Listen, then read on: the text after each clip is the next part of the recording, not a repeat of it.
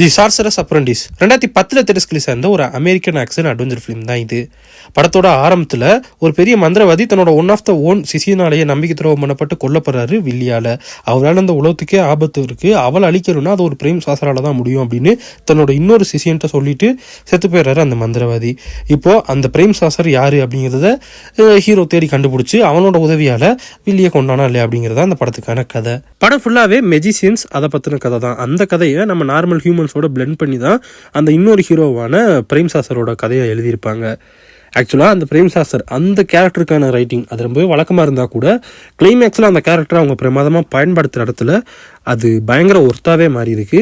ரைட்டிங்கில் அந்த ஒரு ஆர்க் இருக்கும்ல அந்த பிரேம் சாசருங்கிற கேரக்டருக்கு, that was fantastically return. And அதை அந்த கேரக்டர் பண்ணி இந்த ஆர்டிஸ்ட் அதை உள்வாங்கிக்கிட்டு பெர்ஃபார்ம் பண்ணியிருந்த விதம் அது இன்னுமே பிரமாதமாக இருந்தது. இது இல்லாமல் அந்த 2 ஹீரோக்கான தனித்தனி லவ் ட்ராக் தென் வில்லனுக்கான ரைட்டிங்னு இது எதுலையும் பெருசாக குறை சொல்கிற அளவுக்கு எதுவும் இல்லை, நான் ரைட்டிங்கில் சொல்கிறேன். அண்ட் அஃப்கோர்ஸ் அதை அந்த ஆர்டிஸ்ட் கேரி பண்ணியிருந்த விதத்துலையுமே கண்டிப்பாக நம்ம குறை எதுவும் சொல்ல முடியாது.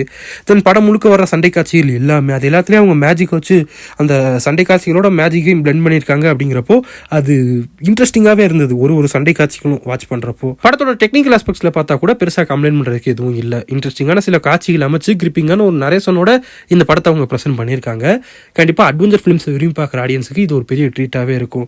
அதுலேயும் இந்த மேஜிக் மெஜிஷியன்ஸ் இதெல்லாம் பிடிக்குங்கிறவங்களுக்கு நீங்கள் கண்டிப்பாக இந்த படத்தை செக் பண்ணணும். படம் இப்போ ஹாட் ஸ்டாரில் தமிழ் டப்புடு உட்பட இன்னும் சில லாங்குவேஜஸில் அவைலபிளாக இருக்குது.